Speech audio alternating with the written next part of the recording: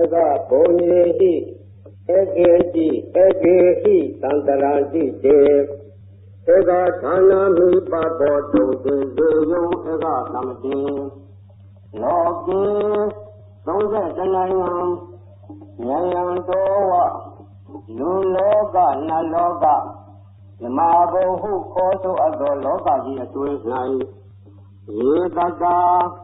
kobohne kothana ajo pedalaw yaw ne jagono ajin tatwa paung lo di ega bonyehi thadၵမsevedadi tarashede nule matin tanse saita alumya do jaw egedi lubo male athomya nabwa male sain tawin win yama min ye phit male cho ja ja asada tain tare tin lo asudin yin nya ja le ko I dena tho nya kaw mu myo sain tko ka chain chho we sa Parira Damya Garo Niyalija Tumya Lado Jau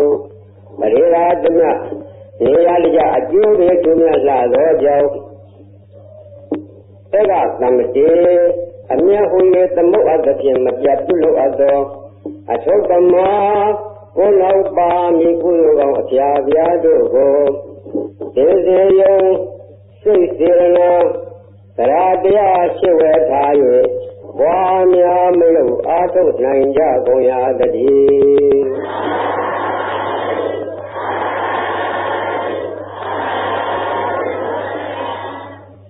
Nandara ye jowe sunyo piro neja ye tatwa de ma ko kan he ko jaw akaw kan ga ko di phan ji yu ge ja ro kan atai lu bong lu wa lu ye lu la phit ne ja Dama jiro luri ha adudu velu chayali. Luri ye jage hampan kodu dandane yukhanda takhuje ko jiyo ne luri ha aduba uye. Luri ha luri adudu velu soja chele chao lele chao gauye. Leshe logaye bayi yedana shapwe sata neja rajin durelu sonai. Luri maduja bu. Tachoga Joya, Ludo di New Lai, China de Chide, New Lai, China de Chide, Surima, Luloga, Tachowi, Ayuda Art, Lubiva Muno Dudi, Lubu City, Capiliga, Lumera Muno Dunyadi, Lumer City, Tama Art, Suzanya. Again, do not do the light young daughter, Lubu, Lumer Meta, Jala, Lua, Lula, Ludi Veta. Do that, Maduya, Sodima, Yoke Tanga. Ele Chaja Lila, Jidoka, Matuba. Ele Chaja Chile, Matule. Hello, Chana, Badu. So hello, the Choga Ayan Miller, the Choga Ayan Name, the Choga Water, the Choga Bailey. The Choga Shula, the Choga Mary, the Choga Yoga Lekana, Ubri Yoga Izo, the Choga Udi Yoga Kenya, the Choga State, the Choga Pulay Savage, Nina Bagri Messi, Gio, Julia, Madugo, Dele Chaja Tia, Savaga, Vilu Chaja the land. A Jago Shavero, Pante Asset. Diwa, Digo, Dikanda, Dio, Digo, Dipo, Dipan, Disway, Dino, Dia, Diva, Dini, Difanga, Dilo, Chilaya, a Jawi, a Dikanga, Chicala, a Dikanga, Chichado, Panda, Diva, Dipon, Dikanda, Diego, Chela, Ella, Manali, Taya. Dada, Kama, Daga, Kama, Dagi, Wibazadi, Dagi, Kadino. Dada Tadawado di Kama Daga Kanga Linkoga Usa Sijago Ide. Langala Yin Suno Biro Nijari Tadwa Alondo di Kandiala Linkoga Usa Pi. Kandia Godi Sukan Bidu Tangara Pi Twanija Jimset. Kandia Sula Uke Judo Kaya Ganga Tamyo. Suka Yoro Wiziganga Tamyo. Sichera Jangiro Manoga Tamyo, Dikan Tomio, Nila Ludi, Pandi Nija. တိတ်ဘဝကခံပြီးတော့ကံတို့ကဒီဘဝမှာအကျိုးပေးတယ်အကြောင်းထင်းလာကြဒီဘဝခံပြီးတော့ကံတွေကရှေ့ဆက်မဲ့အရေးအတွက်ဖြစ်တယ်ကံသုံးပါးကိုလူတို့သည်ကံတရားအကြောင်းသိသူလည်းရဲကြံခံပြီးနေကြတယ်ကံတရားအကြောင်းမသိဘူးလည်းပဲကံတရားကိုခံပြီးနေကြတာပဲဖြစ်တယ်ကိုယ်ကံတော့ကံတော့ကကိုယ်ကိုပြန်၍အကျိုးပေးကြတယ်ကံတရားကိုယ်ဒီနဲ့ဖြစ်ကြတယ်လူတွေမတူကြခြင်းဒီကံတရားခံပြီးတာခြားတော့ကြောက်ဖြစ်တယ်အကယ်၍ကံတရားခံပြီးပုံတူနေခဲ့တော့ရှင်းလေးပုံကလိမ့်ပြီးထွက်လာတော့ရှင်းပေါ်လိမ့်တော့ခဲ့တော့ပုံလူတွေအကုန်ဖြစ်လာမဖြစ်ဘူးလူတွေခြားလာကြတယ်အဲ့ဒါဘာလဲကံခံပြီးရမှာခြားတော့ကြောက်ဖြစ်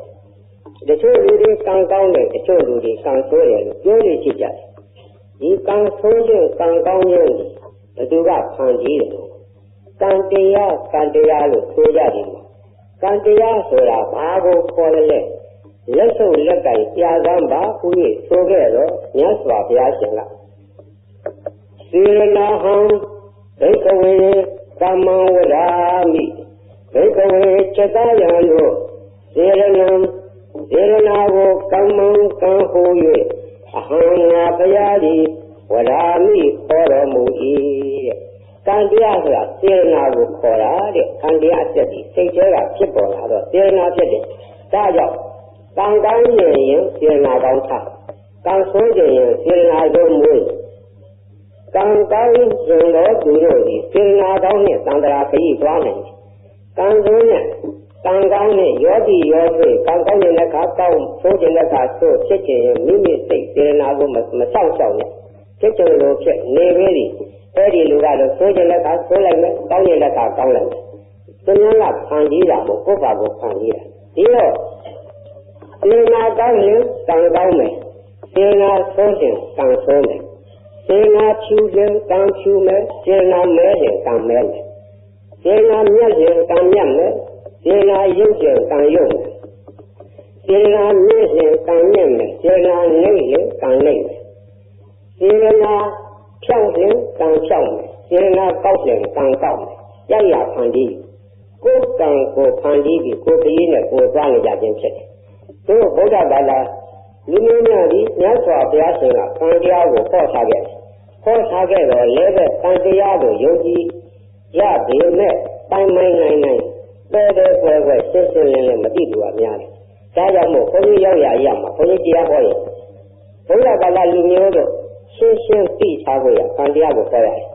ညကျော်ဟောလို့ရှိရင်ပထမညကံတရားကိုဟောတယ်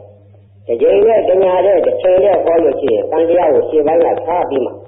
ကံတရားရဲ့သဘာဝရှင်းရှင်းသိကြစေရန်ဒီတရားကိုဟောပေးရတယ်အမှန်ကဘုန်းကြီးကနေချင်းနဲ့လေတရားဟောတဲ့ဓမ္မပဋိကမဟုတ်ပါဘူးဘုန်းကြီးရဲ့လက်ရှိလုပ်ငန်းကြာမြင့်စွာသောနှစ်တို့ကလှုပ်ဆောင်နေသည်ကတောတောင်နေရကန္တာရဆက်ရနေတော့ဘုန်းကြီးဖြစ်တယ်တောတောင်နေရကန္တာရနေကြတော့မြန်မာပြည်ရဲ့တိုင်းရင်းသားချင်းတောင်းကချင်းနာဂတောင်းကနာဂဒီကချင်းတောင်းကကချင်းလေးစပြီးဖြစ်မြန်မာပြည်ဒီဘေးပတ်လည်ကတောင်လေးတွေရမ်းနေတယ်ဒီတောင်လမ်းတွေမှာလူတွေရှိတယ်ဒီတောင်လမ်းပေါ်နေတဲ့လူတွေမှာမြေကျန်သားတို့နဲ့မတူကြဘူးမြေတို့မှာတော့ဗုဒ္ဓဘာသာနိုင်ငံကြီးဖြစ်သောကြောင့်တွားရှိကြောင်းရှိတယ်ကြောင်းရှိဘုံကြီးရှိဉာဏ်ပုဂ္ဂိုလ်တို့ကလူတို့ရဲ့အချက်ကသို့ဆုံးမှ၍ဩဝါဒပေးနေကြတယ်ချင်းတောင်နာဂတောင်စတယ်ဒီတောင်လမ်းသားတွေမှာတော့သူတို့ပေါ်သို့ဆုံးမှမယ်လို့မရှိဘူးမရှိတော့သူတို့မှာအစင်းလာအားဖြင့်နိရောဓလာကသင်ကြတဲ့အတိုင်းတိရစ္ဆာန်တ attva တွေကိုတတ်ချက်ရင့်လက်လုပ်ခြင်းစားတယ်ဒီအလုပ်တွေနဲ့ပဲအချိန်ကုန်လာခဲ့ကြတယ်နောင်တော့အခါနိုင်ငံသားတို့ကဘုရားဘာသာတိုက်ပြီးဖြစ်ပေးမဲ့ဘုရားဘာသာဘုန်းကြီးများမရောက်သေးတဲ့နေရာအသက်ကောင်းယူပြီးသူတို့ကဒီနေရာမှာသူတို့တတိလက်သားတွေဖြစ်မွေးကြတယ်သူတို့ရဲ့နိုင်ငံသားတို့ရဲ့တတိလက်သားတွေဖြစ်လို့နိုင်ငံဘာသာယူနေကြတယ်အခုဘုန်းကြီးနေတော့ချင်းတော်မှာပဲနိုင်ငံဘာသာတို့အစွမ်းလုံးမဖြစ်လူရည်နဲ့ချုံရည်ကြည့်ပြောရမယ်ဆိုရင်ကိုယ်တိုင်းရင်းဘာသာကဧည့်တယ်နိုင်ငံဘာသာကအိမ်တယ်ကဲ့သို့ဖြစ်နေတယ်ဒါဘာကြောင့်လဲဘုရားဘာသာဘုန်းကြီးများသူနေရာမရောက်တော့ကြမရောက်တဲ့နေရာငါဒီသူများမယူလို့တဲ့နေရာငါယူမယ်တောတောင်နေကြကန္တာရသူကြီးကအနေဆင်းရဲတယ်အသွားဆင်းရဲတယ်အစားဆင်းရဲရာဒီဥဒ္ဓဆိုးဒါကြောင့် တော့ဒီနေရာမနေခြင်းကြောင့်သူများမနေခြင်းရောနေရငါနေမယ်သူများမယူတော့ကွက်လက်ကိုငါယူမယ်ဘုရားရေဝဲချက်ဖြင့်ဘုန်းကြီးကဒီတောင်တန်းနေကြတယ်ဆက်လက်နေရခြင်းဖြစ်တာလို့မြေကျဘုန်းကြီးအရောက်တော့အလိုနေပါ22နှစ်ကြာပြီးမှတစ်ချိန်ကြီးမှပဲရောက်လာတယ်ဆက်ရက်ကြာပြီးမှတစ်ချိန်ရောက်ဘုန်းကြီးတောင်တန်းနေစတဲ့တက်တာနှစ်တည်းကြာပြီမြောက်ကကျင်းတော့တစ်ဆက်တည်းနေတာကိုပဲဘုန်းကြီး47လောက်တောင်တန်းနေဘုန်းကြီးစတဲ့တက်တာနိုင်ကြီးတာကြီးဖို့နိုင်ကြီးတာကြီးဖို့တော့အိန္ဒိယနဲ့မြန်မာပြည်ကြောင်းရဲ့အုပ်ချုပ်တော့ရှိသေးတယ်ခွဲရကြရေးတွေမလာသေးဘူးရေနံမြေတွေကြီးတွေမပေါ်သေးဘူးအဲဒီဝန်တန်လူခက်ကြီးကတည်းကဘုန်းကြီးတောင်တန်းနေချက်နေခဲ့တယ်ဒါကြောင့်မို့တောင်တန်းသားတို့ရဲ့တနာစရာဖြစ်ရဘိုးငါဒီတတ်နေတယ်များပြီကိုကြီးနဲ့ဟိုရဲ့ယူရချက်နဲ့နေတော့ကြောင့်ဘုန်းကြီးကမြေပြမြို့ပါမရောက်ဘူးမရောက်တော့ကြောင့်အမိသာကြားဘူးရတယ်ဘုန်းကြီးမြင်မှုလို့ရှိဘုန်းကြီးကကိုယ်တိုင်မရောက်နိုင်တော့လဲပဲဘုန်းကြီးကစာရေးဆရာလောကကဘုန်းကြီးကိုဘုန်းကြီးစာရေးဆရာကြီးလို့အသိမှပြုထားကြတယ်ကလောင်ဖြင့်စာရေးတော့ကြောင့်ဘုန်းကြီးရေးတော့စာပြီးတော့ဖတ်ဖို့ကြတယ်တချို့တော့ဇာဝပရိသတ်ကဘုန်းကြီးတောင်စာရေးကြတယ်ဆရာတော်ကြီးရေးတော့စာပေများကိုဖတ်ဖို့တဲ့နှစ်ပေါင်း40ကျော်ငယ်ငယ်စဉ်ကရဒီစာတွေဖတ်လာခဲ့ကြတော့လဲပဲဆရာတော်ကြီးကိုတခါမှမမြင်ဘူးကြတကြိမ်တစ်ခါဖုတ်ပြကြမှာလေဒီမှာလည်းလှည့်ရည်တကြိမ်တစ်ခါတနာရောအားဖြင့်တောင်းလန်းလန်းနဲ့တနာတစ်ခဲ့ပြီးမှတက်ကိုလည်းတကြိမ်လှည့်ရည်တနာတော်မူကားလို့စာရေးကြတယ်တချို့များတော့မသေးခင်တကြိမ်တော့ဖုတ်ပြပြရစေလို့ညစဉ်ဘုရားရှိခိုးတဲ့ဆုတောင်းပါလေဆိုတဲ့စာပါဒီစာတွေဖတ်ရတော့တနာစရာကဲလို့ဖြစ်တော့ကြောင့်ဟုတ်ကဲ့ဒါလည်းတကြိမ်တစ်ခါတော့ပြီးမှပဲဖြစ်နိုင်တယ်ညလက်စားနေရတော့လှည့်ရဥမာပဲလို့စိတ်ထဲကဆုံးဖြတ်ထားတယ်ပြီးတော့အခြားအကြောင်းတစ်ခုကဘုန်းကြီးကအသက်ကတစ်သေးသေးကြီးလာငါလည်းအိုမန်းတိအိုးလာခဲ့ပြီလူဆိုငယ်ရကကြည့်ရကအိုမြဲကိုပြီးတော့ရောက်နေတဲ့ညလက်လမ်းနေတယ်ညရမယံခါတော့ဆက်ပါတက်ပါသေးတယ်လို့လည်းစိတ်ထဲကတန်ရကြထားပါတန်ရကြတိုင်းကိုဒီတိုင်းကြီးထွက်လာခဲ့တယ်အမှန်ဘုန်းကြီးတည်ရင်ကမကြည့်လားမန္တလေးကမကြည့်လားမကွဲတိုင်းကနေပြီးတော့ဒီပဲအေယာဒီတိုင်းကူဖို့အစီအစဉ်မဟုတ်တော့ဘုန်းကြီးကနိုင်ငံရသွားဖို့ကြီးစင်ကပန်းနေနိုင်ငံကူးလက်မှတ်ကပြည်ထောင်ရေးနဲ့သာနာရေးဝန်ကြီးဌာနကလုပ်ပြီးတော့ဆရာတော်ကြီးကနိုင်ငံကူးလက်မှတ်ပို့တိုင်းလာပြီးအမြန်ယူပါလို့ဆိုတဲ့လို့တော့သာထက်ခါလာတော့သူတို့ကလုံးချင်းချင်းလုပ်ပြီးတော့ကိုကသွားမလို့မတော်ဘူးရန်ကုန်အရင်သွားရတယ်ရန်ကုန်ရောက်ပြီးမှတော့အေယာဒီတိုင်းအရင်ဆက်လိုက်မယ်ဆိုတော့ဒီဘက်ကြီးထွက်လာလို့အခုဒီနေရာဒီလိုရောက်လာတချို့နေရာမှာမူလရာရကြတဲ့ပိုးပြီးတော့ကြီးရှင်းလာခဲ့တယ်ဘယ်တော့ဖြစ်သမျှအကြောင်းအပေါင်းကြီးပါပဲတတေတတ္တာကမ္မတကကမ္မံတတေဝိပစ္စတိသဗ္ဗေခတိယောနောတတ္တာတတ္တဝါတို့သည်ကမ္မတကကံလာလေကိုယ်တော်ဥစ္စာရှိကြကုန်၏ကမ္မံကံတရားသည်တတ္တေတတ္တဝါတို့ကိုဝိပစ္စတိအကျိုးကိုဖြစ်စေ၏တတ္တဝါတိုင်းတတ္တဝါလည်းကိုယ်ကံကိုဖန်တီး၍ကိုယ်ခရီးကိုသွားနေကြတယ်အဲ့ဒါပထမပိုင်နေနားလည်ကြတယ်ကံတရားသည်တတ္တဝါတို့ရဲ့အကျိုးကိုဖြစ်စေတယ်လို့ဆိုဒီမှကုသိုလ်ပြုရင်ကောင်းကျိုးဖြစ်မယ်မကောင်းမှုပြုရင်မကောင်းကျိုးဖြစ်မယ်ခြားနာချက်ရှိတယ်လူလောကမှာကိုယ်ကံကိုဖန်တီး၍ယူနိုင်တယ်ဆိုတာပိုင်နားလည်ခါရကိုယ်ကံကိုဖန်တီးနိုင်ရမယ်ကိုယ်ကံကိုဖန်တီးနေကြတယ်ဒီစကားအမှန်ဆုံးပဲဖြစ်တယ်အဲ့ဒီနေရာမှာစကားအမှားကြီးတစ်ခုမြန်မာပြည်ရောက်နေတာဘာလဲဆိုတော့ကိုယ်ကြမာကိုဖန်တီးနိုင်ရမယ်ဒီစကားကြီးသုံးတယ်ဒီစကားမသုံးတတ်ဘူးကြမာဆိုတာဂျိုးစိုးကိုမကောင်းရုပ်ပေးတယ်ကိုယ်ကြမာကိုဖန်တီးဆိုတော့ကိုယ်လည်းတဲ့ကိုစိုးစိုးတာပေးဆိုတယ်အတူတူပဲအမြင်နမိတ်အကောင်တကောင်လဲအမြင်ဒီနမိတ်ဖြစ်တယ်ကောင်းသောအရာကိုမြင်လို့ရှိရင်ကောင်းရုပ်ဆန္ဒဖြစ်လာအကောင်ဒီတကောင်ဖြစ်တော့ကြောင့်မကောင်းသောအကျိုးရင်မကောင်းသောအကြောင်းအရာလောက်ဖြစ်ပေါ်လာတတ်တယ်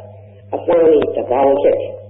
ဒီစကားဘယ်ချိန်ကစပြောလဲလို့ဆိုတော့ဘုန်းကြီးမှတ်မိတယ်မြတ်ဒုတိယကဘာစစ်ကြီးမဖြစ်ဘူးစိတ်ကြိုခက်ကတွေကဒီစကားစတင်ပေါ်လာတယ်ဒီစကားပေါ်နေရဘယ်ကစလဲနိုင်ငံရေးသမားတွေပါဇက်ကစတယ်ဘုန်းကြီးတို့ချိန်ကစာတင်လာတော့မြို့ရွာချင်းမှတဲ့စာတင်နေတော့အချိန်ဖြစ်တယ်သူတို့ကဘယ်လိုပြောကြလဲဆိုတော့ဆင်မြင့်ဘောကနေပြီးတော့ကိုကြမာကိုဖန်တီးနိုင်ရမယ်ကိုကြမာကိုဖန်တီးနိုင်ရမယ်ဒီစကားတွေသုံးရတယ်ဒီစကားတွေအော်ပါနဲ့ပြောကြတော့စာနယ်ဇင်းတွေကဒီစကားတွေချဲ့ရေးကြတယ်စာကပရိသတ်တွေကဒါတွေကိုနောက်ရောက်ဆန်းပြီးတော့ဖတ်ပြီးတော့တ ကပြောလာကြတယ်အဲ့ဒီကနေဥစ္စာမြန်မာပြည်မှာအနှံပြကုတ္တမကိုဖန်ပြီးရဆိုတဲ့စကားကိုတုံးလိုက်အဲ့ဒီစကားကနေ့ဒီမတုံးနေဘူးတခါရမန်ယံခါဗမာအသံကပြောတော့ခေါ်ပြောချက်တို့တချို့ဘယ်သူလဲရမင်းလို့ဆိုတဲ့စကားလည်းတော့ဒီစကားတွေပါနေသေးတယ်မြန်မာအသံမှာအမှုတော်ဝန်ထမ်းတွေပြောတဲ့စကားတွေလည်းဒီစကားပါသေးတယ်ဒါကြောင့်မို့မြန်မာပြည်မှာကောင်းကျိုးချမ်းသာဖြစ်စေခြင်းဒီလိုမင်္ဂလာမရှိတဲ့စကားမပြောတတ်ဘူးပါဇတ်ဒီမုခမင်္ဂလာဖြစ်ရမယ်မုခမင်္ဂလာဆိုဒီမှာကောင်းတဲ့စကားပြောမယုံရင်လူတယောက်ရဲ့ပြောဖို့ဆိုဖို့ကိုစောင့်ကြည့်သို့သူဒီစကားဆိုရတာကောင်းမှုမပြောတတ်တဲ့သူရဲ့ဘဝပြည်မှာပြည်ပြည့်ချောချမှုမသွားလိမ့်မယ်သူရဲ့နှုတ်ဆက်စကားကြီးကျမ်းလာတော့သူဒီကိုယ့်ရဲ့ဘဝအကျိုးပေးလေကျမ်းလိုက်သူရဲ့နှုတ်ဆက်ကြီးမင်္ဂလာမရှိတဲ့စကားဘုပြောလို့ရှိရင်သူရဲ့ဘဝ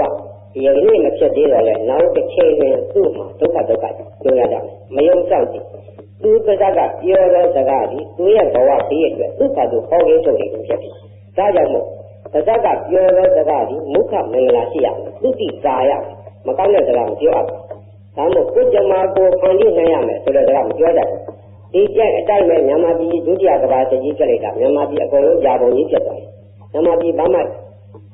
အခက်ဆယ်မရလောက်အောင်တချို့နေရာတွေလုံးညို့ကြီးကပျောက်သွားတယ်ကိုယ်ကြမှာကိုဖန်တီးဒီစကားမကောင်းဘူးဒီတော့ဒီနေ့ကစရင်မြန်မာပြည်ဒီသူတိကာတော့ကောင်းတဲ့စကားကိုပြောကြလို့ဘုန်းကြီးကတိုက်တွန်းရတယ်ကိုယ်ကံကိုဖန်တီးနိုင်ရမယ်စကားမှန်ကလားဒီစကားပြောလို့ရင်စကားမှားနေတယ်ဖြစ်တယ်ကိုယ်ကံကိုဖန်တီးနိုင်ရမယ်ကိုယ်ကံကိုဖန်တီးနိုင်ရမယ်ဆိုတဲ့စကားတို့ဘုရားဘာသာတရားတော်ကကံတရားကိုခေါ်တယ်မြတ်စွာဘုရားရှင်ကံတရားကောင်းဖို့ရာကိုနည်းမျိုးမျိုးနဲ့ဟောတော်မူတယ်ဉာဏ်ပုဂ္ဂိုလ်များအတွက်ပြည့်ကြံကြိုးပုတ်အားထုတ်ရတော့တရားရှောင်ကျင်ရတော့နေရာဝိနည်းသိက္ခာပုဒ်တော်များမှာလည်းပဲဒီကံတရားကိုလာတဲ့မြတ်စွာဘုရားဟောတော်မူတယ်တတ္တဝါတို့အတွက်ဟောရမှာလဲဟိုလွန်ခဲ့တဲ့ရှင်းအကြောင်းတွေကြောင်းရခေါ်တော့950ဇတ်တော်တို့ကလည်းကံတရားပဲဟောတယ်ဓမ္မပဒဝတ္ထုတော်တို့မှလည်းကံတရားပဲဟောတယ်ဒီဘာကြောင့်လဲဆိုတော့တတ္တလောကကြီးတစ်ခုလုံးကံတရားနဲ့သံဃာချင်းနေကြခြင်းဖြစ်တယ်ဒီအကြောင်းကိုပိုင်ပိုင်နိုင်နိုင်သိဖို့လိုတယ်တို့မြတ်စွာဘုရားရှင်ကဒါနသီလဘာဝနာဘုရားဘာသာများလွယ်လေးနဲ့ပြီးသွားတယ်ဒါနဒီလွယ်တယ်အလိုဒါနပြုရဆိုဒီမှာလွယ်လေးနဲ့ပေးတယ်ပေးရုံရဲ့စေရနာထပေးလို့ရှိရင်အလှူခံတစ်ကြိမ်လေးခွေးတောင်ပါတယ်ဆိုတဲ့စကားကဲဣတိသံတကောင်ကိုစေရနာထား၍တစ်ကြိမ်သာဝလင်အောင်ကျွေးတကယ်စေရနာနဲ့ပေးလို့ရှိရင်ထိုကုသိုလ်ရဲ့ကံဒီဘဝတရားရှိအကျိန်အကျိုးပေးတယ်ဒါဒါနအကြောင်းသီလဆိုဒီမှာတချို့က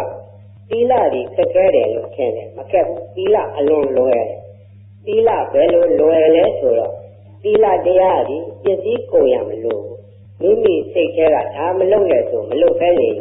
အဲ့ဒါဒီပြန်လို့သီလဖြစ်တယ်ဥပမာတတ္တဝါအတွက်မတတ်နဲ့မတတ်ပဲနေလိုက်ညာဥစ္စာမခိုးနဲ့မခိုးပဲနေမဟုတ်မှန်တဲ့စကားလောက်ကြမပြောနဲ့မပြောပဲနေလွယ်လေးသီလတရားချင်းချင်းဖြင့်ကိုယ်မှအလုံးသက်တာဘုရားဘာသာထေရဝါဒယဟန်သံဃာလောကမှာမြတ်စွာဘုရားရှင်သိက္ခာပုဒ်ကြီးကျင့်ကြထားခဲ့အကျဉ်းအားဖြင့်သိက္ခာပုဒ်9ပုံ9တွဲမဇ္ဈိမပฏิပဒါအလယ်အလအားဖြင့်220 9တွဲဒါအကျဉ်းဝတ်ကြီးဆိုစဉ်မှာရှောက်ကျင်ရသောအရာတွေများတယ်အကျဉ်းအားဖြင့်ရေထွက်လိုက်တော့ကဂရေပေါင်း9180 5360ရှိတယ်အဲ့ဒီသိက္ခာပုဒ်တို့ကိုရှောက်ကြည့်တော့ကရှောက်ကျင်ရသောအရာတွေရှောက်ကျင်လို့မလုံနဲ့ဆိုတဲ့ဥစ္စာမလုံခဲနေဒီတော့သိက္ခာပုဒ်တွေများတော့ယဟန်သံဃာတော်ဒီကြက်တဲသလားလို့မင်းစရာရှိတယ်သူတော်ကောင်းစိတ်သူတော်ကောင်းအမြင်သူတော်ကောင်းလို့အလုံးနဲ့ကြည့်တော့သိက္ခာပုဒ်များလေသက်သာလေဒါတွေမလုံနဲ့ဆိုတော့မလုံခဲနေကြတွေကများနေတော့အာကြီးသက်သာသီလအကျင့်ကြောက်ပြောမယ်သီလဆိုဒီမှာရှောင်ကျင်ရသောအရာသီလရှိတော်သူသည်အရာရာစင်ကြယ်သီလရှိတော်သူသည်ကြောက်ရသောအရာအောင်မြင်တယ်သီလရှိတော်သူသည်အကျိုးပေးရမှာဖြောင့်မှတ်တယ်သီလဟာများများကြီးမဟုတ်ဘဲနဲ့၅ပါးသီလ၅ပါးသီလတစ်ခုတည်းလုံခြုံရုံဖြင့်ဘဝတည်ဘယ်လိုခြားနာတယ်လဲခြားနာပုံကြောက်ပြောမယ်သီလသည်လွယ်ကူသလားအကျိုးပေးရမှာအလွန်ထက်မြက်ထူးခြားတယ်ပထဝီမြေကြီးပေါ်နေကြတော့မလုဒ္ဒလူသားကြီးမလုဒ္ဒလူသားအချင်းချင်းမတူပုံကိုပြောတယ်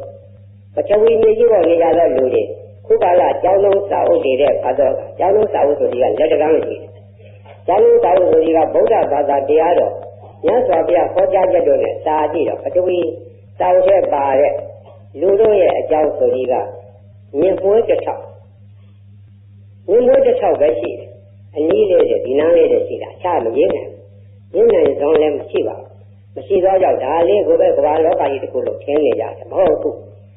လောကထဲမှာချမ်းသာအောင်နေနည်းလေးစကားတစ်ခုစခဲ့တယ်ချမ်းသာအောင်နေတတ်တဲ့ချမ်းသာတယ်ချမ်းသာအောင်နေတတ်သောသူတို့ဒီသံတရာတစ်ခုအကုန်လုံးချမ်းသာတယ်ချမ်းသာအောင်နေနည်းဒီဘာလဲဆိုတော့မေတ္တာတရားဖြစ်တယ်လောကမှာမေတ္တာတရားတော့ကောင်းသောအရာဘာမှမရှိမေတ္တာစိတ်ကိုထားမေတ္တာတရားပွားများနေရင်မိမိလည်းချမ်းသာတယ်ပတ်ဝန်းကျင်လည်းချမ်းသာတယ်လောကကြီးတစ်ခုလုံးချမ်းသာတယ်မေတ္တာတရားပွားများနေပြီလွယ်လွယ်လေးရှိတယ်ပါဠိလိုပွားများလည်းရတယ်မြန်မာလိုဆိုလည်းရတယ်အဓိကကမေတ္တာတရားဒီမနောကဖြစ်တယ်မနောကမေတ္တာဒီအဓိကဖြစ်တယ်မနောကမေတ္တာကအရင်ခံပြီးမှအဓိကမေတ္တာနဲ့ကာယကမေတ္တာလာတယ်အဲ့ဒီမေတ္တာသုံးမျိုးတဲ့ဒီမနောကံဒီအဓိကဖြစ်တယ်ဒါကြောင့်မို့စိတ်တေနနေယတိလောကောစိတ်တေနနိယတံပလံလောကကြီးကိုဖန်တီးတာစိတ်ပဲဖြစ်တယ်စိတ်ကချက်မြက်နိုင်တယ်စိတ်ဖန်တီးသောကြောင့်လောကကြီးအမျိုးမျိုးဖြစ်လာတယ်ဘုရားဟောတရားတော်တတ္တဝါတို့ကျင်လျာဘုံပေါင်း30နဲ့တပုံရှိတယ်30တပုံတတ္တဝါကြီးဖြစ်ကြခြင်းကသူတို့စိတ်အတိုင်းဖြစ်နေကြတယ်လူကြီးလူတွေဖြစ်နေကြတာစိတ်ကြောင့်ပဲဖြစ်တယ်အချက်နတ်ပြည်6ထပ်မှာဖြစ်ကြတဲ့နတ်တွေလည်းသူတို့စိတ်ကြောင့်ပဲဖြစ်တယ်ထို့ရဲ့ကြောရဲ့အထက်ဗြဟ္မာဘုံ20ရှိသေးတယ်ဗြဟ္မာဘုံ20အကျဉ်းလေးနေကြတဲ့ဗြဟ္မာတွေလည်းသူတို့စိတ်ကဇံပင်လေးကိုဖြစ်စေ၍ထိုဇံပင်ခြင်းဖြင့်လူဘဝမှာသူတည်သောကအထက်ဗြဟ္မာဘုံတို့သူတို့ဇံအားလျော်စွာဖြစ်ကြတယ်လူပြေအောက်ရုပ်ရည်ဖြစ်သောနေရာအပယ်လေးပုံရှိတယ်တတ္တဝါတွေတတ်ဖြတ်ခြင်းဘုရားဥစ္စာခိုးယူခြင်းစသည်ဖြင့်မိုက်မဲ့ဒုစရိုက်တရားတွေလွန်ကျူးကြသောသူတို့သည်သေတိုင်းအပင်ငရဲတို့ကြကြတယ်ငရဲကြီးစက်တတ္တဝါတို့ရဲ့ကံရောက်ဒုက္ခသူဖြစ်နေတာဒုက္ခမှာဖန်တီးမထားဘူးငရဲမီးတဲ့ကြကြတယ်ငရဲအိုးတဲ့ဆင်းရတယ်အတူရာဖြစ်ကြတယ်တိရစ္ဆာန်ဖြစ်ကြတယ်ပိဋ္ဌာဖြစ်ကြတယ်အဲ့ဒါတွေသူတို့ရဲ့ဒုစရိုက်တရားရောက်ဖြစ်ကြတယ်အဲ့ဒါကိုယ်ကံကိုဖန်တီးတာဒါကြောင့်ကိုယ်ကံကိုဖန်တီးခြင်းရဲ့အစကြီးစိတ်ကဖြစ်တယ်ဒါကြောင့်မို့စိတ်ဒီလောကကြီးအမျိုးမျိုးဖြန့်နေတယ်စိတ်တင်ကလည်းတိလောကောဒီအကြောင်းကိုဘုန်းကြီးကလွယ်လွယ်လေးမှတ်ဖို့ပြည်တော်လေးရေးထားတယ်လူပြည်နတ်ပြည်ဗြဟ္မပြည်ကျင်လီစိတ်ကြောက်တာအပယ်လေးပါးကြသူများမှတ်သားစိတ်ကြောက်တာလူကောင်းဖြစ်တာလည်းစိတ်ကြောက်လူဆိုးဖြစ်တာလည်းစိတ်ကြောက်လူမြတ်လည်းစိတ်ကြောက်ပဲလူယုတ်လည်းစိတ်ကြောက်ပဲကောင်းဆုံးကိုလည်းမမြင်အစကိုလည်းမထင်ယင်းဒီကစုံပြောကြရတဲ့ဘုံလောကအန္တဝါဤတံတရာကြီးတွေကကာမဂုဏေဟိငါးပြအာယုကာမဂုဏ်အချုပ်တရားယုတ်တို့နှင့်တန်ယူတော့ဘယ်ဘုံဘယ်ဘဝမှာအစက၍မဆုံးနိုင်တခိုင်တဲ့ခိုင်မြဲရှည်တွဲပေါင်းစားအကြောင်းမပြတ်ပြီးဖြစ်၍ဒုက္ခခံတော်ဝါဒုက္ခဟူ၍မြင်ဝဲမတမ်းချမ်းသာကင်းစေဆင်းရဲတော်ဆင်းရဲကြည်အရှင်းမှဖြစ်၍နေတော့ဒီသာလင်ဒီဒါနိဣဒာနိဘုရားဆုံးမဩဝါဒကိုခန္ဓာသေးချာကောင်းစွာနာကြမှတ်သားရပြီးဖြစ်သောယခုလိုဤအခါမျိုး၌တရောထိုဒုက္ခပေါင်းလောင်ရည်အတွင်မှလွတ်ကင်းဒီဗမာချမ်းမြေ့ကြည်လင်စွာစရိတ်သာမိကြောက်ရွံ့နှင့်နောက်တွန်းလို့မဆုတ်တမ်းအယုဒကြည်အရေးပဲခေါင်းခံယောက်ျားမြတ်တို့အားဆွမ်းဖြင့်တကယ်တမ်းကြိုးပမ်းအထုပ်ပါတော်တည်း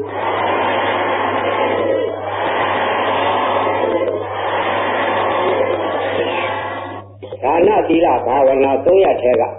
ကမ္မထမ်းထိုင်နည်းလေးတစ်ခုပြောတော့တယ်ဘုန်းကြီးကအချိန်မရလို့ဒီနေရာအလဲဆုံး3ညလောက်ဆက်ပေါ်ဖို့ကောင်းတယ်ပြီးတယ်အချိန်ကမပေးနိုင်တော့မနိုင်အောင်ဖြစ်နေလို့တိုးစီလေးနဲ့ခရီးဆက်နေရတယ်ဒါနဆိုတာတို့ဗုဒ္ဓဘာသာတွေလူတတ်တဲ့နေ့တွေသုံးလောင်းလို့သုံးကျွေးလို့အလူဒါနတွေပြုနေကြတော့ဒါနကြကြွပြီးဖြစ်တဲ့ဗုဒ္ဓသီလဆိုလဲ5ပါးသီလ ဆိုရကတော့ဘာဝပစိုးတော့မမြဲတော့လည်းပဲနေ့စဉ်ကဲခံယူသောက်တည်နေကြတယ်ဥပုပ်သီလဆိုစောင့်လို့နေကြတယ်သီလနားရပြီ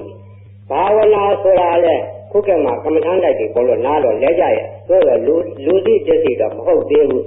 အဲ့တော့သူနည်းနဲ့သူ့ဟန်ဆိုလို့ကမ္မထမ်းတိုက်တယ်ကမ္မထမ်းရိပ်တာတွေကပြကြတယ်ကျေးဇူးရှိပါရဲ့ဘုန်းကြီးကရောက်တဲ့ဆောက်တဲ့အခါကြုံကြိုက်တဲ့အခါနီးနေနေလေးတော့ပြေးသွားရတယ်ချို့ကလည်းတောင်းမှန်ကြတယ်တပည့်တော်တို့ဗျာကမ္မထမ်းရောအားထုတ်နေကြတယ်ဘယ်ရိပ်တာလို့ဝင်ကြတယ်ဒါပေမဲ့လို့သမထနဲ့ဝိပဿနာမကွဲဘူးလို့ရိုးရိုးရှင်းရှင်းပါပဲကြောက်စားကြတယ်ဘုန်းကြီးချင်းကလည်းပြောကြတယ်ဒါကြောင့်မို့တူစီလေးတွေညီလေးတွေညီကောင်းလေးတွေပြေးသွားမယ်လောကမှာဆွမြောက်ကြောင်းတရားထဲမှာဒါနနဲ့လည်းဖြစ်တယ်သီလနဲ့လည်းဖြစ်တယ်ဘာဝနာနဲ့လည်းဖြစ်တယ်နောက်ဆုံးကြတော့ဘဲကစတာဘာဝနာညီကုန်းထုတ်ရတယ်ဘာဝနာဆိုဒီမှာကမ္မထံကိုခေါ်လာပါပွားများအထုတ်တယ်ကမ္မထံကသမထဘာဝနာဝိပဿနာဘာဝနာနှစ်ပြောရှိတယ်သမထဘာဝနာဆိုတာကကမ္မထံပေါင်း40ရှိတယ်ဝိပဿနာဘာဝနာဆိုတာကဝိပဿနာက3မျိုးတည်းရှိတယ်ဝိပဿနာက3မျိုးကပုံရိပ်4မျိုးမရှိဝိပဿနာဘာဝနာ3မျိုးကပြောမယ်အနိစ္စဘာဝနာလောကကြီးတစ်ခုလုံးဘာမှအမြဲမရှိဘူးဘာမှအမြဲရှိတယ်လေဘာမှအမြဲမရှိဘူးတတ္တလောကတတ္တဝါတွေအမြဲမရှိဘူးလောကကြီးအမြဲမရှိဘူးအရာဝတ္ထုအမြဲမရှိဘူးအမြဲမရှိတော့ကြောင့်ဒုဘောတွေမရှိတော့အရာဝတ္ထုကြည့်ကြလို့ရှိရင်ရှင်းကရှင်မင်းလေးသုံးဆောင်ခဲ့တဲ့နန်းတော်ကြီးတွေမရှိဘူးသက်ပင်ကြီးတွေတော့ရှင်းကရှိတဲ့သက်ပင်ကြီးတွေတော့မရှိတော့အသောဝိရတွေမရှိတော့ဘာမှအမြဲမရှိဘူးအနိစ္စဝိပဿနာကြီးအမြဲမရှိခြင်းကိုရှုကြည့်ဝိပဿနာပူဇော်စကားကြီးဝိအထူးပြုပြီးပဿနာရှုကြည့်ခြင်းအထူးပြုရှုကြည့်တယ်ဆိုတာဘာကိုဆိုလို့တလဲအရာဝတ္ထုကြည့်ကြလို့ရှိရင်ရှင်းကရှင်မင်းလေးသုံးဆောင်ခဲ့တဲ့နန်းတော်ကြီးတွေမရှိဘူးသက်ပင်ကြီးတွေတော့ရှင်းကရှိတဲ့သက်ပင်ကြီးတွေတော့မရှိတော့အသောဝိရတွေမရှိတော့ဘာမှအမြဲမရှိဘူးအနိစ္စဝိပဿနာကြီးအမြဲမရှိခြင်းကိုရှုကြည့်ဝိပဿနာပူဇော်စကားကြီးဝိအထူးပြုပြီးပဿနာရှုကြည့်ခြင်းအထူးပြုရှုကြည့်တယ်ဆိုတာဘာကိုဆိုလို့တလဲယထာဘူတယထာဘူတကိုယထာဟုတ်တိုင်းမှန်စွာဟုတ်တိုင်းမှန်ရာဘူတဖြစ်တယ်အမှန်ကိုအမှန်တိုင်းအဟုတ်ကိုအဟုတ်တိုင်းအရှိကိုအရှိတိုင်းမြင်အောင်ကြည့်တတ်သောပညာသည်ဝိပဿနာပညာခေါ်တယ်မြင်အောင်ကြည့်တတ်သောဉာဏ်သည်ဝိပဿနာဉာဏ်ခေါ်တယ်မြင်အောင်ကြည့်ကြလို့ဆိုလောကကြီးအမြဲမရှိဘူးလောကကြီးအမြဲမရှိတတ္တဝါကြီးအမြဲမရှိအရာဝတ္ထုကြီးအမြဲမရှိဘာမှအမြဲမရှိဘူးအမြဲမရှိကြောင့်လို့ရှုကြည့်ခြင်းဒီအနိစ္စဝိပဿနာပဲအဲ့ဒါအနိစ္စဝိပဿနာရှုဒီနည်းပဲရှိပါတယ်ဘာမှအမြဲမရှိဘူးဒုက္ခဝိပဿနာကဒုက္ခဆိုတာရှင်းရဘာရှင်းရလဲချမ်းသာမှုလိုက်ရှာဘာမှချမ်းသာမှုမရှိဘူးအိပ်ရတာချမ်းသာလားမချမ်းသာဘူးစားရတာချမ်းသာလားမချမ်းသာပါဘူးယမန်လန်ခါပင်မငန်းနေတဲ့အခါအိပ်ရတော့ပြက်တဲ့အိပ်လိုက်တဲ့အခါအတော်ချမ်းသာတယ်လို့ထင်မိတယ်မချမ်းသာလို့ကြာကြာလဲအိပ်ရကြီးငင်းဝင်လာတာရှင်းရမလို့တဲ့အိပ်ရဒါငင်းဝင်တယ်အဲ့ဒါချမ်းသာမှုမဟုတ်ဘူးစားရတာချမ်းသာမှုလားမစားပဲနေရဖြစ်တယ်မစားဘဲနဲ့နေဖြစ်ရင်မစားပဲနေကြပါဒါချမ်းသာမှုပဲဆိုလို့ယူအိပ်ရတာစားရတာချမ်းသာမှုမဟုတ်လို့ရှိရင်တပြင်းသွားရတာလျောင်းရတာဘယ်အရာမှချမ်းသာမှုမဟုတ်ပါဘာမှမဟုတ်ဘူးမောဟပုံပွန်းလေလို့သာချမ်းသာမှုခဲနေတာပဲရှိအဆက်ကတော့မရှိဘူးအဲ့ဒါဒုက္ခဝိပဿနာရဲ့ပေါ့အနိစ္စတစ်လုံးပိုင်ရင်လောကကြီးတစ်ခုလုံးပိုင်တယ်ဆိုတဲ့စကားရှိတယ်ဘာလို့လဲကြောင့်အနိစ္စတစ်လုံးပိုင်ရင်လောကကြီးတစ်ခုလုံးပိုင်ရမလို့ပြောမယ်အနိစ္စဆိုဒီအမြဲမရှိဘူးအမြဲမရှိတော့ကြောင့်မတော်တဆလက်ကပလင်းတစ်လုံးလွတ်ကြကွဲသွားတယ်ဒါအနိစ္စသိက္ခဏသမောဘိသတိကွဲပြိုပြတ်တတ်သောသဘောတရားကွဲပြိုတာကြောက်ပြတ်တာနတ္တနာနမောနတ္တတိကြောက်ပြတ်တတ်သောသဘောတရားကြီးကြောက်ပြတ်သွားတာပဲကိုယ်ဆွေမျိုးတွေကရင့်ကြတဲ့သုံးယောက်သေသွားတယ်ဆိုတော့အနိစ္စဥပဒနာချင်းမြင်ထားတဲ့ပုဂ္ဂိုလ်ကြီးတွေ့အကြောင်းမရှိပါဘူးသေမျိုးကိုသိရတာငါလည်းတနေ့သေမှာပဲမသိရတော့တတ်တော့လောကမရှိဘူးဆိုတာပိုင်ပိုင်နိုင်နိုင်သိသိသူများပြောလို့သိတာမဟုတ်သာဝကလို့သာတိမဟုတ်ဘူးတကယ်ချင်းမြင်အောင်ဉာဏ်နဲ့သိထားတဲ့သူဆွေးမှုကြောင့်ဘာမှမရှိတော့ကြောင့်အနိစ္စလုံးပိုင်တော့ဝန်လည်းလည်းမရှိဘူးဝမ်းသာခြင်းလည်းမရှိဘူးကြောက်ကြမှုလည်းမရှိဘူးကြောက်ကြမှုလည်းမရှိဘူးအဲ့ဒါကိုမင်းအနိစ္စတစ်လုံးပိုင်ရင်လောကကြီးတစ်ခုလုံးပိုင်တယ်လို့ဆိုရင်နော်အနတ္တဝိပဿနာအနတ္တဆိုတာဘာလဲအစိုးမရတချို့ကအနတ္တဟာအပြောရခက်တယ်လို့ပြောတယ်လို့ရှိတယ်တချို့နိုင်ငံသားများတရားဟောတော့အခါ အနတ္တဥပဒနာကိုသူ့ရဲ့စိတ်ကျင်နာကိုဟောရဖြစ်တယ်လို့ဆောင်းမစာပေနဲ့ရေးထားတဲ့စာမျက်လည်းဖတ်ဖို့ပြီးအဲ့ဒါသူတို့ရဲ့နှလုံးသွင်းလေးနဲ့လွဲလို့ဖြစ်ပါလိမ့်မယ်။ဘုန်းကြီးမြင်နေပြင်အနတ္တမဖြစ်အနတ္တဘာလွယ်လဲအနတ္တဘာကြောင့်လွယ်လဲအနတ္တရဲ့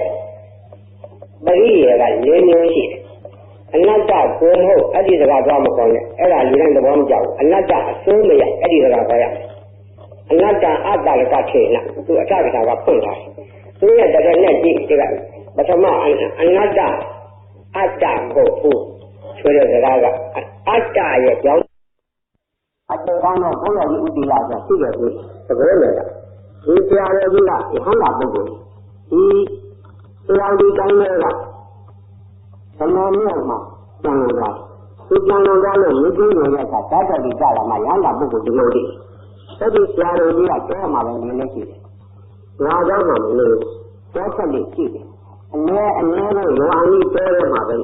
သွားပြီးတော့တဲကောင်းနဲ့နေနေရှိအကျဉ်းတော်ဥတီလာလို့ပြောတယ်ဒီဆရာတော်ကြီးကနာမည်ကျော်လို့သိတဲ့ကလူတွေသားရတယ်သိကြရတယ်။ဒီလိုတော့ကအရေးပါဥတီမှာခကြီးကျင်လိုက်တောင်းတော်ကြီးဥတီလာတပည့်တော်တော့ဆောင်းရကြောင်းနဲ့ရင်းရောမြို့ရောက်သွားတယ်။သူ့လက်အောက်ခံနေရာနဲ့မြို့ကနဲ့ခေါ်ပြီးတော့လာကြတယ်။ခကြီးကျင်တဲ့ဆရာတော်ကြီးကကိုယ်အောင်လို့သွားကြတယ်။ဒီမှာသူလေးတွေပါနေနဲ့ရေးဆောင်လို့ဆရာတော်ကြီးရှင်းချနေတောင်းပြီးတော့ထိုင်းရရ။ဆရာတော်ကြီးကအမိတ်ရှိတယ်။စကားလေးကဘယ်ကလဲလို့ပြောတယ်။ဒါမင်းမင်းတယ်။ဥဒိဟံကသပ္ပလိတ်တဲ့လူကြီးကောင်းတော်ဖြစ်တော့သူကဖြေရတယ်။ဒါကလာရပါဘူး။အားလုံးလောက်ကြတယ်လဲလို့တော့သူကအရေးတယ်။ဒီစီဒီလိုတော့အရေးတိုင်းလာလို့မပြောလို့ဆက်တော့ဒီလိုကညပါမှာဗျာလို့သူကဆောက်ထားလိုက်။ဒါတော့ဆရာတော်ကဘယ်လိုမင်းရှိနေဆိုတော့တကားကြီးကညပါကြီးလား။သူကလည်းပြောလိုက်ကြတာလို့ဒီကြီးတမျိုးတော့တောင်းနေတယ်။ဘုန်းကြီးတို့ကကိုယ်ကိုယ်တောင်ပိုင်ဘူးလို့ပြောအဲ့လောက်စကားကကြားတယ်ဟုတ်တယ်ကိုယ်ကိုယ်ပိုင်လို့ရှိကြလားကိုယ်ကိုယ်ကပိုင်လို့မအိုးချင်လည်းအိုးကြနာချင်လည်းနာကြမပြေချင်လည်းပြေကြကိုယ်ကိုယ်ကမှမပိုင်လို့ဆိုဒီကဘယ်သူမှတော့ပိုင်တာရှိသေးတယ်အဲ့ဒါမှအဲ့ဒါအလတ်ကဥပဒနာမျိုးကြီးမှနော်အဲ့ဒါဥပဒနာဘုန်းကြီးပြောပြီးဒါအတူတူအချင်းရတော့တူတူတူပြောရတယ်ဒီတော့ဘုန်းကြီးပြောတဲ့စကားကသိသိဘုန်းကြီးရဲ့ဆောင်းမဖောက်တဲ့ဒိဋ္ဌတွေကဆရာတော်ကြီးရဲ့ဆောင်းမဖောက်သိရှင်းလာဘုန်းကြီးကစာရင်းနဲ့ရှင်းရှင်းရေးတယ်ဒါစကားပြောလဲရှင်းရှင်းပြောတယ်တရားဟောလဲရှင်းရှင်းပြောတယ်ဟောဒါကြောင့်မို့သာဝကလာပကတခါကဓမ္မမိတ်ဆွေတို့သူပေါင်းပြီးတော့ဘုန်းကြီးကိုဆွေးနွေးပွဲတစ်ခုလုပ်ကြတယ်လုပ်ကြတဲ့ကသူတို့ကစကားကြီးပြောတာထူးထူးဖောက်ဖောက်သူတို့ကခေါင်းဆောင်မှန်သူကစကားတစ်ခုမေးတယ်ဆရာတော်ကြီးယဟန်တိစ္ဆပြီးတာဘယ်လောက်ကြာပြီအာဟောတယ်ဒီကလူတွေကလူတိုင်းနားလည်ကြမှာမဟုတ်ဘုန်းကြီးကဒီကနားလည်အာဟောကြစကားလည်းဖြစ်ဘုန်းကြီးကပြန်မယ်စကားကြီးယဟန်တိစ္ဆပြီးတယ်ဆိုဘာပြောလဲဒီကတော့ဆရာတော်ဘုရားကြီးယဟန်တိစ္ဆပြီးတာဘယ်လောက်ကြာပါလဲလို့ပြောပါလေဒီကထပ်ပြောနောက်တော့ဒီစကားကိုဘုန်းကြီးကဥပ္ပယ်နဲ့ရှင်းရှင်းပြန်ပြောဘုန်းကြီးကယဟန်ကိစ္စကြီးတယ်လို့ဆိုတာယဟန်တာပုဂ္ဂိုလ်ကြီးကိုသင်နေတာလားလို့ဟုတ်ပါရဲ့။ဒါမျိုးကြောင့်ဘုန်းကြီးကယဟန်တာပုဂ္ဂိုလ်ကြီးလို့ဒါကြီးကသင်ရတယ်လို့ပြန်လို့ဆရာတော်ကြီးခေါ်တဲ့တရားကဆရာတော်ဘုန်းကြီးတွေခေါ်လာတယ်မတူဘူး။အခြားသောတိတိကစပြီးပုဂ္ဂိုလ်ကြီးခေါ်ကြတယ်။ဇာဝတန်တွေလည်းခေါ်ကြတယ်။ဆရာတော်ကြီးခေါ်တဲ့တရားကဒီလိုပေါ့။တောင်ကျဲကစမ်းတော်တွေကဆိုတော်လည်းပဲဟောပုံပြောမှမတူဘူး။ကိုယ်ပိုင်သိနေရေကြီးတဲ့ပုဂ္ဂိုလ်ပဲလို့ထူးခြားတာခေါ်ရတယ်။တတိယတော့ဆရာတော်ကြီးကရိုးရိုးပုဂ္ဂိုလ်တွေတော့ပုဂ္ဂိုလ်လို့ယုံကြည်ကြတယ်ဒါသူရဲ့အပြောအဲ့ဒါရှင်းရှင်းပြောတတ်တဲ့ဆိုလို့ရနော်ရှင်းဆက်အောင်ဒီလိုဒီတော့ပဲထားကြဦးသမထ40သမထကမ္မထာက40ရှိသမထကမ္မထာဆိုရမှာသမာဓိတရားကိုဖြစ်စေတဲ့တရားကိုသမထခေါ်ဝိပဿနာကဉာဏ်ကိုခေါ်မဉဏ်ပုံဉာဏ်ဖြစ်စေတယ်သမထကငြိမ်းအေးဒီလိုလုံးကိုငြိမ်းအေးတဲ့တရားသမထငြိမ်သက်တယ်လို့ဆိုတယ်သမထငြိမ်သက်တယ်ဆိုသမထကမ္မထာက40တောင်မြတ်စွာဘုရားကဟောကြားထားတဲ့အဲဒါကြောင့်သမထကြတော့များလာတယ်ပုဂ္ဂလစာတရားပုဂ္ဂိုလ်ရဲ့သက်စာတရားကြည့်ပြီးတော့သမထကမ္မထာကပုဂ္ဂိုလ်ရဲ့လေရောအောင် ဒီဗံကိုရောက်နေအောင်မြတ်စွာဘုရားကသူ့ရဲ့ဉာဏ်တော်ဖြင့်သိတော်မူတဲ့အတိုင်းဉာဏ်တော်မူတဲ့အတိုင်းသမထ40ထားခဲ့တတိုင်း10ပါးအနုပတိ10ပါးအတုပ10ပါးပေါင်းဘယ်လောက်ရှိ30ရှိနော်အာရုဒ္ဓ4ပါးအတမညာ4ပါးအဲ့ဒီဆိုအာဟာရပရိပုလပညာတစ်ခုတည်းသတိဓာတုဝဝကံတစ်ခုတည်းအဲ့ဒါသမထကမ္မဋ္ဌာန်း40သမထကမ္မဋ္ဌာန်း40ဖြစ်တယ်သမထကမ္မဋ္ဌာန်း40တတိယရောက်တော့များတယ်သမထကမ္မဋ္ဌာန်း40ဆိုပုဂ္ဂလိဇာတိယကိုခေါ်တယ်ပုဂ္ဂလိဇာတိယဆိုတဲ့စကား9ရောက်တိုးလို့ပြောတခါကလမ်းကြီးလမ်းမှာပုံနာကြီးမြတ်စွာဘုရားထံရောက်လာတတိတော်တော့ဗျာကာမဘောဓိကာမဂုဏ်ဒီလိုကမလောက်သိနေလေတော့သူပြီးပြီအိမ်တော်မှုစားခြင်းမှုပဲအလိုဆုတ်သေးပါပဲအိမ်တော်လေးစားမွေးမှုမရမွေးမှုတွေနဲ့နေရာတော့ကြောင့်များတော့ဘုကိစ္စရှိတယ်တရားရှင်းရှင်းဟောရင်တတိတော်နားမလည်နိုင်ပါဘူးဘုရားရောက်နေရောက်စကားတိုးတိုးလေးခေါ်ကြတော့မူပါလို့မြတ်စွာဘုရားတောင်းမှတော့သူပုံနာကြီးရဲ့ဥစ္စာကြီးကကြည့်ပြီးတော့မြတ်စွာဘုရားကတိုးတိုးလေးခေါ်လိုက်တယ်ကောင်းပြီဒါကြီးခီလေးနဲ့ပတ်တာပါဒီလိုမျိုးကရှောင်းဒီလိုမျိုးကရှောင်းရှင်းဒါကြီးလေးပါရတယ်ခီလေးဆိုတာရှစ်ပတ်တာပါဆိုတာကြောက်တာလန့်ခီလေးမကောင်းမှုပြရမှာမှရှင်းရမယ်ပတ်တာပါမကောင်းမှုပြရမှာမှကြောက်ရလန့်ရဒီဆိုအကုန်လုံးခြုံသွားတာလောကကြီးကတော့ဘာလို့လဲအဲ့ဒီတရားလေးအားရနေပြီးတော့မကောင်းမှုပြုချက်မှရှစ်တော့ကြောင့်ဘာမှမပြုတော့မကောင်းမှုပြရချက်မှကြောက်တော့ကြောင့်မကောင်းလို့ပြီးကြောက်တော့လန့်တော့ကြောင့်ဘာမှမလုပ်ဘူးအဲ့ဒါနဲ့နိဗ္ဗာန်ရောက်တယ်အဲ့ဒါသမထကမ္မထာပုဂ္ဂလိဇာတိယပုဂ္ဂိုလ်ရဲ့ဣဇာတိယကြည့်ပြီးတော့ဟောတယ်လို့ဖြစ်တော့ကြောင့်40ဟောတယ်အဲ့ဒီကမ္မထာ40ကတော့ယနေ့ဒီပရိသတ်ကိုဘုန်းကြီးကမ္မထာတိုင်လေးရေးသင်ရမယ်အာနာပါနကမ္မထာအာနာပါနဆိုဒီမှာအာနာဆက်လေအာနာဝင်လေဒါကနှစ်ခုဆက်လေဝင်လေဆိုရင်နှာပြီးရသိစောင့်ကြည့်ရမယ်လူတွေကတန်စာတန်တရာကြီးတစ်ခွန်းလုံးကျင်းလေးလာကြညရှူလေးဆက်လေးနဲ့အသက်ရှင်လာကြရတယ်အသက်လေးရှင်တဲ့တော့အသက်ရှူနေကြတယ်အသက်ရှူသွင်းနေကြတယ်မှုတ်ဆုံးနေကြတယ်ဆက်လေဝင်လေ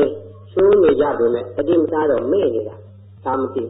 အဲ့ဒီဆက်လေဝင်လေကိုပဲရှုကြည့်ခြင်းကမ္မထမ်းဖြစ်တယ်ဒီအာနာပါနကမ္မထမ်းတာမန်ကမ္မထမ်းဖို့မြတ်စွာဘုရားရှင်ကြီးဘောဓိပင်အောက်ရှင်ပလင်ပေါ်ထိုင်သောအခါငါဒီဘုရားမဖြစ်တဲ့မြတ်ဒီနေရာမှာမချဘူးလို့ဒိဋ္ဌံပြီးတော့အလင်းပေါ်ထိုင်ပြီးတော့ရှုရှင်ပွားများသောကမ္မထမ်းကြီးအာနာပါနကမ္မထမ်းဖြစ်တယ်ဒီကမ္မထမ်းဖြစ်ရင်သတ္တဝိတ္တရှင်ဉာဏ်တော်ကိုရတယ်အာနာပါနကမ္မထမ်းကိုတာမန်ကမ္မထမ်းမဟုတ်ရုံနဲ့မကောင်းညီရှုမောပြန်ဇံပင်ရာခြင်းဖြစ်နေတယ်ဒီကမ္မထမ်းကြီးနိဗ္ဗာန်ကိုသွားနေတယ်ကမ္မထမ်းကြီးအလွယ်ဆုံးကမ္မထမ်းဖြစ်တယ်လူတိုင်းနဲ့ထိုက်တယ်လူတိုင်းလောက်တတ်တယ်အားထုတ်တတ်တယ်ဒါကြောင့်အာနာပါနကမ္မထမ်းထိုင်ပြီးခုပြမယ်ဒါရင်ယောက်ျားတွေကကျင်းကျင်းဝေချအမျိုးသမီးတွေကကျင့်ကြံချ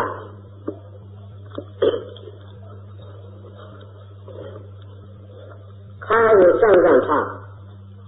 ခါမကုန်းနဲ့ခေါင်းမငုံလုံးနဲ့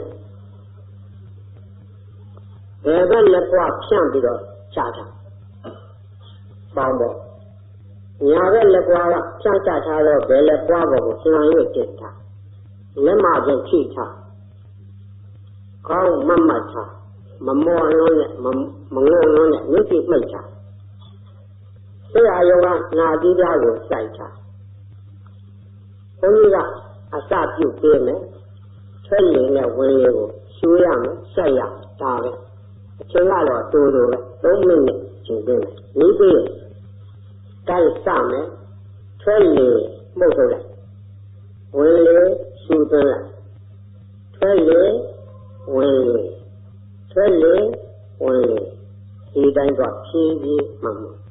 ရှူရှူအတံမမီးပြီးနဲ့ပဝန်းရဲ့အနောက်ရှက်ကလေးအာယုံမိအောင်ပါအာယုံမိလည်းပြောတယ်ဖြည်းဖြည်းမှမှဖြည်းဖြည်းမှမှမိသားရောအာယုံမလွတ်သေးနဲ့အဲအာယုံတပိုးတစ်ပါးမသွားသေးနဲ့လေထွက်ဝင်နေတာကိုမိအောင်ဖမ်း ရာယုံနဲ့မြင်အောင်ကြည့်ဖြည်းဖြည်းမှန်မှန်လေး3 မိနစ်ရှိသွားပြီနမူနာပေါ့နော်နောက်တော့အချိန်ယူပြီးတော့ကိုယ့်အိမ်မှာကိုယ်ချင်းရတဲ့ဒီနေ့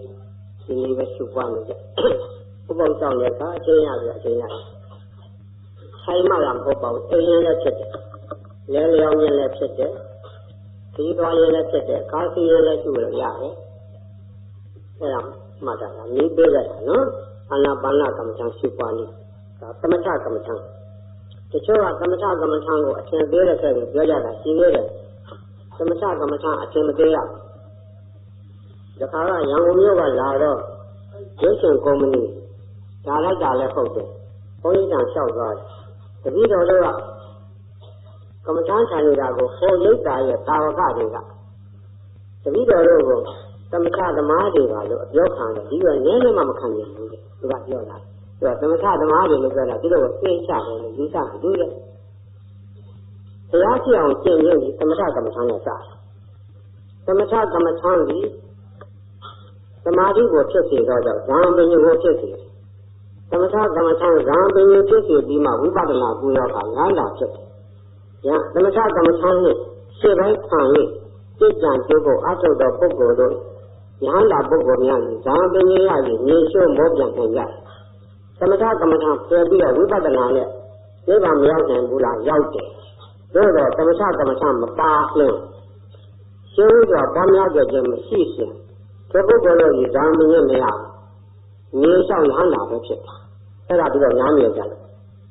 ကြောင့်မို့သမထအားထုတ်ရဝိပဿနာလည်းအားထုတ်ရအဲ့ဒါမှတ်တယ်ဒါနဲ့အဖြစ်သံဃာကိုသက်တောင့်သက်တာကျင်းနိုင်တဲ့ခဲ့ကိုသီလဖြင့်သံဃာကိုသက်တောင့်သက်တာကျင်းနိုင်တယ်သီလဖြင့်သံဃာကိုကျင်းနိုင်ပုံကတော့ခါဖြင့်တို့ဗုဒ္ဓဘာသာတရားတော်မြတ်စွာဘုရားဟောတော်မူတဲ့နိဗ္ဗာန်တော်ထဲမှာအများကြီးရှိတယ်။ဒါသီလတရားကိုမြဲကြရမယ်။သီလတရားမြဲရင်လူလောကကြီးလည်းလုံးစုံနဲ့ချမ်းသာတယ်။သီလတရားဒီကျင့်ကြံရအားထုတ်ရမှာလွယ်ကူတယ်ပေါ်ပါတယ်။ဒါကြောင့်မို့လူတိုင်းသီလကိုလေးစားကြရမယ်။သီလလေးစားရင်လောကကြီးကောင်းစားတယ်။သီလလေးစားတဲ့သူမေတ္တာတရားအလိုလိုပြပါသွားတယ်မေတ္တာကရုဏာပြီးပြီးသားဖြစ်တယ်မေတ္တာကရုဏာမြဲလို့ရှိရင်လောကကြီးငြိမ်းချမ်းစားရတယ်။ဘုရားကြောင့်စားရအများကြီးလားဓမ္မစရိယဥထေလကဘုန်းကြီးရဲ့စာကိုစာအုပ်တစ်ခုထုတ်တယ်စာအုပ်အမည်ကချမ်းမြေစွာဘဝနေနည်းအဲ့ဒီစာအုပ်ဖတ်ပြီးတော့ဘုန်းကြီးကြောင့်လာလိုက်တဲ့စာလေးရက်တပတ်ရင်စာဘုဓမ္မတပုတ်တစ်ပတ်ကြီးလာတယ်။များလုံးအားကြီးတဲ့စာလေးဘုန်းကြီးကိုဖတ်နိုင်တော့တရားလေးလည်းအရှင်ပေးပြီးတော့ဖတ်ကြုံတယ်လည်းမရှိတော့အလုံးလည်းပြည့်လုံးအားကြီးဒါလေးကများလုံးနေတယ်သူကလူရတဲ့ပေးတဲ့စာရောက်ကြလာလို့နေတယ်ရောက်တော့ရောက်မှာပေါ့ရောက်ရင်ရောက်တော့ရောက်မှာပဲဒါကလည်းပုံမှန်ဖတ်ဖြစ်ပါဖတ်ဖို့ကြောင်းနဲ့ဓာတ်တွေထောက်တောင်ဖတ်ပြတယ်ကျောင်းဆောင်လေးကပုံကြီးကလာရစာတွေကိုစုပေါင်းပြီးတော့ plus လေးကြီးနဲ့ထည့်တယ်ဟောတယ်ဘယ်တော့မှရောက်တာစားလို့အဲဒီတပည့်တော်ပုံပြတ်ထားတယ်ဒါလေးဖတ်ဖို့ရအချိန်မပြည့်နိုင်တော့ဒါလေးရမန်ယံစာတချို့စာတွေဖောက်ကြည့်လိုက်ဖောက်ကြည့်တော့ကစားရဲဘာလို့ရေးတာလဲဆိုတော့ဘယ်သူနေမကောင်းလို့မေတ္တာပို့ပေးတော့ဘာကလေးကစကားမပြောလို့မေတ္တာပို့ပေးပါအဲ့ဒါကနေမအဲ့ဒါလေးလျှောက်ရေးနေကြတာပဲဒါလေးတောင်းလာတဲ့ဒီနည်း၎င်းဒီအောင်လာဆုံးနည်း၎င်းတချို့ကရှိသေးတယ်သားလေးယောက်ရှိတယ်တဲ့အကြီးဆုံးသားကဒီကလေးရပြီးတဲ့သားကြံတဲ့၃ယောက်က9 လ10 လနေတယ်သူတို့ဘာလို့မှမလုပ်ကြဘူးညနေကျအရက်တွေတောက်ကြမူးကြဆိုကြတယ်အဲ့ဒီသားတွေကိုပြောမရထဲမနိုင်ပြေးရလို့သူ့အဖေကတော့စိတ်ပြည့်လို့ဘုန်းကြီးကြောက်သွားလို့ပြန်မလာတော့ဘူးတဲ့အမေမှာတော့အိမ်မှာနေရတယ်သမီးတယောက်ရှိတယ်သမီးကလည်းလွတ်ကကျွေးတာစားနေရတယ်ဒီသားတွေအရက်မတောက်အောင်ဆရာတော်ကြီးမေတ္တာပို့ပေးတော်မူရလိုက်မယ်သောက်တာကဒီသားကလာနေတော့ဘုန်းကြီးကဒါတော့အာနာတာနာစာနောက်ထပ်မလာသေးခြင်းလို့စာပြန်လိုက်တယ်ဒီကံမကောင်းတဲ့လူမကြမ်းမာတဲ့လူမေတ္တာပို့ပဲဆိုတော့ဘုန်းကြီးမေတ္တာပို့လို့ကြမ်းမာသွားပြီရှိတယ်အချုပ်ထဲကြနေလို့အဖမ်းဆီးခံထားရလို့ထိုသူတနာသောကြောင့်မေတ္တာပို့လို့ထိုသူအချုပ်မှလက်တာရှိဘူးရဲ့အယက်သမားမေတ္တာပို့လို့အယက်ပြတ်တယ်လို့ရှိဘူး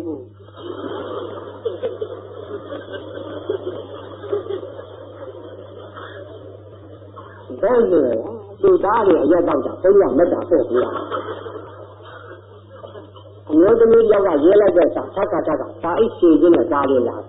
သူ့ယောက်ျားကကြောက်အောင်ကြီးဖြစ်နေတယ်မြို့မှာသွားနေရတယ်တဲ့သူကအိမ်မှာကလေးလေး9ယောက်နဲ့နေရသူတို့ဒါမှမဟုတ်သူ့မှာအလုံးလဲရှုပ်တယ်တဲ့အဲဒါသူ့ယောက်ျားကိုသူတို့မြို့ကကြောက်အောင်ကြီးဖြစ်အောင်တဲ့အဲဒါဆရာတော်ကြီးမေတ္တာပို့ပြီးတဝဲကြီးနေရတာပင်မလုံးလို့ပါအဲဒါဆိုရဲဒီကမကရေးဘူးချိုးတာကယောက်ျားကမရငယ်ယူလို့ငယ်ငယ်ယူတဲ့သူ့နှိမ့်ဆက်နေတယ်တဲ့အဲ့တော့သူ့ယောက်ျားကိုမေတ္တာပို့ပြီးမေတ္တာတောင်းခံလိုက်ကြဖို့အချိုးမကြဘူးပြောအဲ့ဒီလိုအားကြီးအများကြီးပဲမြတ်ပြောလို့မဆုံးနိုင်ဘူးပြောမဆုံးပါဘူးတော့3000ဆိုတာအဲ့ဒါကိုခေါ်တာဆင်းရဲသူတို့ဟာတွေကမေတ္တာပို့ပေးပါဒီဟာပဲမေတ္တာပို့ပေးပါဘုန်းကြီးမေတ္တာကြီးတဲ့တောင်းနေကြတယ်ဒီဟာတွေကသဘာဝမကြလုံးအကြည့်တယ်ထင်ပါလေအဲ့ဒီလိုပဲပြောမဆုံးဘူးမြို့သမီးယောက်ကဆက်ကာစာရေးတဲ့စာရဲကသူ့မှာကျွေးလေးကောင်းတယ်ကျွေးလေးကောင်းကလည်းငါးပူလိုက်ပါတဲ့အဲသူကလည်းမပေးနိုင်ဘူးတဲ့အဲ့ဒါကိုဒီကျွေးလေးကောင်းဆက်အောင်ကတော့အိမ်ရောက်နေတယ်တဲ့အဲ့ဒီအိမ်နဲ့ဆန်းနဲ့တွဲပြီးတော့ရောင်းရအောင်မြန်ရောင်းရအောင်ဆရာတော်ကြီးမေတ္တာပို့ပြီးရောင်းရပြန်လဲအနည်းဆုံး3သိန်းခွဲတော့လိုချင်တယ်3သိန်းခွဲရအောင်လည်းမေတ္တာပို့ပြီးပါအဲ့ဒီလိုသာတွေကြတော့ဖတ်ချင်ဒီသာတွေပဲနဲ့မစီရမဆိုင်ရမရောရစီလို့သူတို့သူ့အိမ်ရောက်နေတာသူတွေ့ကြည့်နေတာနဲ့ဘုန်းကြီးကမေတ္တာပို့ဒီယောက်ျားကမရငယ်ကျိုးပြီးတော့ပြည့်စက်နေလို့ဒီသာကလည်းသက္ကာသာလာလို့ဘုန်းကြီးကအကြောင်းနဲ့ပြန်มาဆိုတော့အဲ့ဒီတစ်ခုတည်းပြန်လိုက်တယ်။ပြန်လာကတနာလို့တော့ဟုတ်ပါနာကြပင်တိုက်တယ်။ဘုန်းကြီးကတော့မေတ္တာပို့တယ်လို့မထူးလို့ရှိရင်မထူးလို့ရှိရင်ဘာပြောတာအိမ်တိုင်းချထားလိုက်။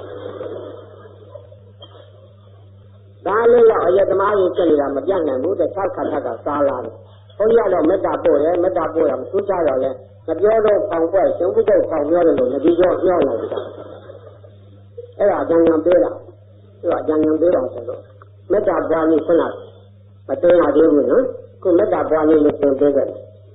မေတ္တာပွားနည်းကလွယ်တယ်ဘုံဆုံးကျတဲ့တရားဟောတရားလို့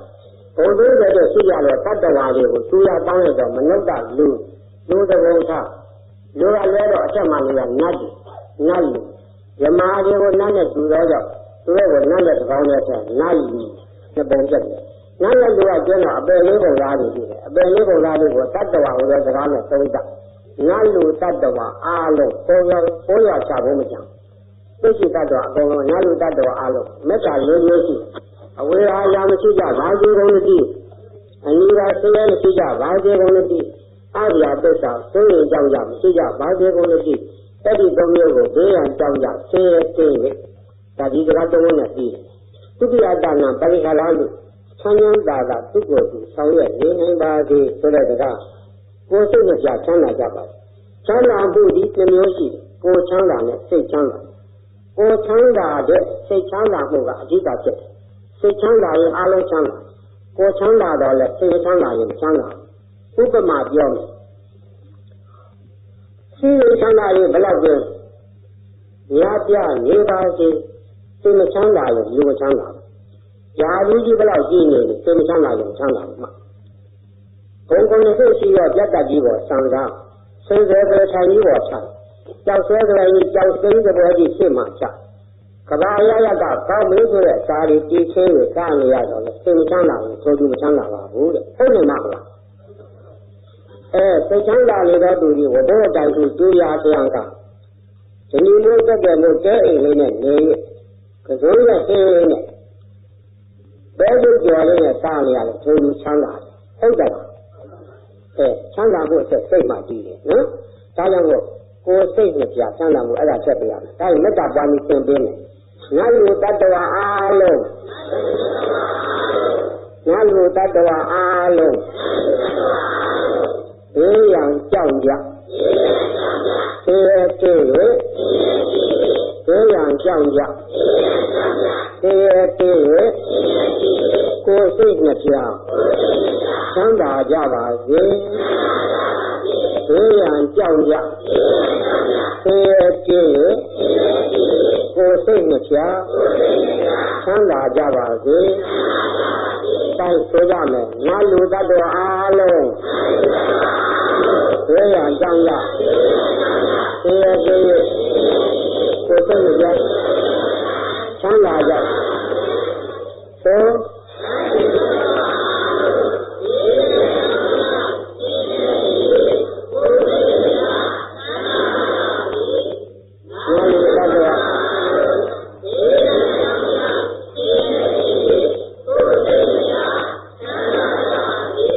နောက်ကစကားတစ်ခုဆက်ရမယ်လိုရာဆန္ဒပြေဝကြပါစေလိုရာဆန္ဒပြေဝကြပါစေလို့တာမန်ဆိုလိုက်လို့ရှိရင်ပုထုဇဉ်ဆိုပြီးကစိတ်မချရတဲ့လူမျိုးတခါတည်းမကောင်းတာတွေလိုချင်နေတယ်မကောင်းတာတွေဆန္ဒရှိသေးတယ်မကောင်းတဲ့ဆန္ဒတွေပြည့်မှရင်ဒုက္ခတွေရောက်ကုန်တယ်ဒီတော့ကောင်းကျိုးဆိုတဲ့ဝိပဿနာတစ်ခုချက်ပြောမှကောင်းကျိုးလိုရာဆန္ဒပြေဝကြပါစေကောင်းကျိုးလေယာဆန္ဒပြုရကြပါစေဆိုရမယ်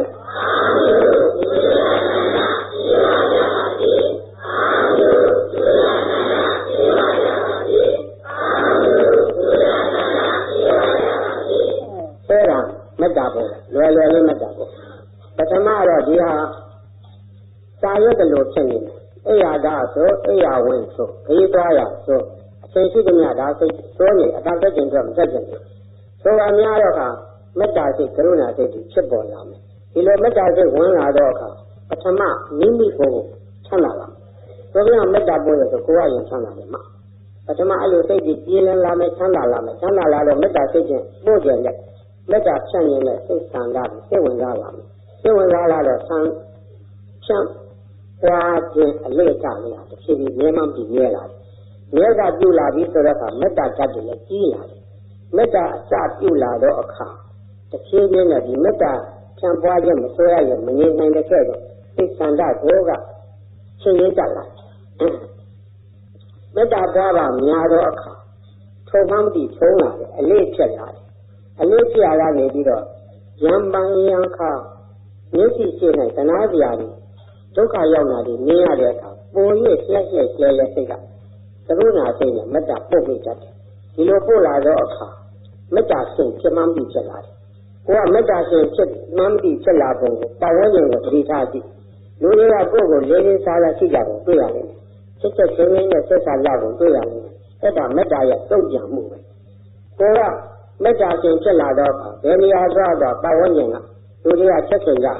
သူ့ကိုမချက်ကြပါနဲ့ရိုးလို့ဝလုံးကြီးနဲ့ရှိတာတော့မရဘူးမှာဘုန်းကြီးနှစ်ပေါင်းကြာလို့ကတော့တောင်းနဲ့နေလာခဲ့တယ်မေတ္တာစိတ်နဲ့နေလာခဲ့တယ်ဘာအနှောက်ချက်ဘာသာသူမှမရှိဘူးတော်ရိုင်းကြည့်တဲ့ဆံတွေကတော့ဘုန်းကြီးကအငြင်းလည်းမဖြစ်ဘုန်းကြီးကြားမကြိုက်ဘူးဘယ်ကြားကမှမကြိုက်ဘုန်းကြီးခုနေတဲ့ကြောရကြောင်နောက်ပဲတော့ကြည့်ရှိတယ်တော့ကျကြားဆက်ကောင်ရှိခုတော့မကောင်းဘူးအကောင်း20လောက်ရှိတယ်ကြားကမှမကြိုက်ဘူးဒါကနိုင်ငံတော်တရားသူကြီးအဖွဲ့ဥက္ကဋ္ဌဥတ္တအောင်ဟင်းလို့ရောက်လာတယ်သူကဘုန်းကြီးကိုမဲတယ်ဆရာတော်ကြီးကြားမကြိုက်ဘူးလို့ပြောတာကြားတယ်ဟုတ်ပါလားဟုတ်တယ်ဘုန်းကြီးကလည်းမကြောက်ဘူးကြားလာတော့ဘုန်းကြီးကြောက်တယ်ကြောက်ဘာဖြစ်လို့မကြောက်တာလဲကြားတာဘုန်းကြီးစိုက်မှမကြိုက်ဘူးကြားမကြိုက်ဒီကိုမကြိုက်ဘူးလို့ဒီလိုဆိုဒီကိုဒီမှမကြောက်ဘူးဒီတိုင်းမှာကြားဘုန်းကြီးမကြိုက်မှကြည့်တော့ဘုန်းကြီးဘယ်ကြားမှမကြောက်မယုံလို့ရှိရင်ကြားကနန်းလာရှင်းလာချီတာဘုန်းကြီးကြားလာကြိုက်တပ်ပြီးရက်ပြဒီကမှလည်းကြားဆွဲချီရဲမှာဟုတ်ပါဘူး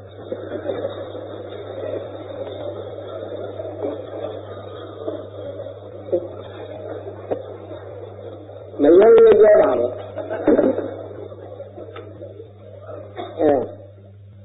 ကြားကဘုန်းကြီးမကောက်ရုံနဲ့မဟုတ်ဘုန်းကြီးအမြင်လားမခံဘူးဒေကြားတော့အမြင်မခံဘူးတခါကတော့ကြားချီရကြီးမိုးနဲ့ဆိုတော့ဘုန်းကြီးကျောင်းပေါ်ပါလို့မှကြားချီရကြီးဖြစ်တယ်။အဲ့တော့လာတော့ဘာသာဘုန်းကြီးကိုဘုန်းကြီးကလည်းမျိုးတို့ပြတယ်။ဘာဘူးဤကနေ့ဒီကုရဲ့ရေးကြတယ်။ဘုန်းကြီးကလာတော့တတ်တယ်။အဲ့တော့ဘုန်းကြီးကမှကြည်တန်းတာပါလဲလို့နေတယ်။ဘုန်းကြီးအရေးပေါ်ပြီးတယ်ပေါ်ပြီးတယ်။အဲ့ဒါကြားတယ်။ဆိုပြောတယ်။ကြားချီရတော့ပြအကောင်းပြဒီလိုလူတွေပေါ်လို့ကားတွေဆင်းနေလေးလည်းကြီးတန်ခါကြီးတဲ့ချောင်းသွားကြတယ်ကြားနဲ့ရင်ဆိုင်တွေ့တယ်ဘုန်းကြီးဘယ်တော့ရင်ဆိုင်တွေ့ဘုန်းကြီးကြားစားတာစားမယ်ဆိုလို့ရှိရင်နှစ်ပေါင်းကြာမြင့်ကတောက်တောင်နဲ့တပားပဲပြီးသွားမယ်ရမယံကညမှောင်မကြီးတဲ့လက်နေမပါကဘာကြီးတွေဆင်းရောက်ကြီးတွေဒါကတက်တဝက်ချောင်းဆောက်ပြီးပြီးသွားနေတာကြားစားမယ်ဆိုကြားတာဖြစ်ပြီးကြားလာတယ်ကြားကတော့တက်ဥဒ္ဒအောင်ရင်းတို့လာတဲ့အဖက်နဲ့ဆင်းလာလည်းပါသေးတယ်ဆ ုန်းကြီးကြားလိုက်တယ်လို့ပြောတာကြားကဘာဖြစ်လို့မကြိုက်ပါလဲတဲ့သူကမေးတယ်ကြားတော့မသိဘူးတနာလို့လားချက်ချင်းလို့လားကြားမေးမကြည့်ရဘူးလို့ပြောတယ်ကြားမကြိုက်ဘူးဆိုတော့ကြားမေးကြည့်ဖို့လိုသေးတာဟိုသူသဘောလက်တာအကြောင်းပြောတယ်နော်အဲ့တော့အဟိတ်ကြီးတဲ့ဆံဖြစ်တဲ့တော်ရင်ကြီးတဲ့ဆံကတော့မကြိုက်ဘူးစဉ်းစားတယ်လူချင်းပေါ်ရကျင်တာအဲ့ဒါမှတ်ထားကြမေတ္တာစိတ်အမြဲတမ်းမေတ္တာတော့ကောင်းတော့ရလောကဘာမှမရှိဘူးဘုန်းကြီးကမေတ္တာနဲ့စံ့တယ်တခါကရတယ်တခါကဆရာတော်ကြီးတရားတတိယကဘာစိတ်ကြီးဖြစ်ဖို့အလွန်ကြောက်ဖို့ကောင်းပါလေဆရာတော်လိုမေတ္တာရှင်ပုဂ္ဂိုလ်ကြီးကတားမယ်ဆိုရင်တတိယကဘာစိတ်ကြီးမဖြစ်ဘူးလို့ယုံကြည်ပါလေတဲ့ဆရာတော်ကြီးမေတ္တာဖြင့်ကြားပေးပါလေစာနဲ့လာတယ်ဘုန်းကြီးကဒီပုဂ္ဂိုလ်ကိုစားပြောင်းလိုက်တယ်တတိယကဘာစိတ်မဖြစ်စေဘူးစိတ်ချဘုန်းကြီးတားနေတာနှစ်ပေါင်း20ကျော်ပြီးတော့စားပြောင်းလိုက်တယ်ရဲရဲအမှခံတယ်တတိယကဘာစိတ်အခုဒီတိုင်းနဲ့တတိယကဘာစိတ်မဆင့်တဲ့တော့အခြေကိုရောက်ပြီးလုံလောက်နေအလွန်ကောင်းပါလေဆိုဗီယက်နဲ့အမေရိကန်တို့ခုဘောဓိစာချုပ်တွေချုပ်လို့လက်မှတ်တွေချုပ်လက်လက်တွေပြတ်ကုန်ရတယ်တတိယကဘာဆက်ချက်တော့စိတ်ချပြီးတော့တချို့ကပြောရဲဆရာတော်ကြီးဗျာမြန်မာပြည်ကြီးနဲ့အေးချမ်းအောင်လက်တာပို့တော်မူပါမြန်မာပြည်စိတ်ချဘာမှဖြစ်ဟုတ်ကဲ့မြန်မာပြည်တော့ဘာမှုမှုနေတတိယကဘာစိတ်ကြီးတော့မဖြစ်အောင်တားနေတဲ့ဘုန်းကြီး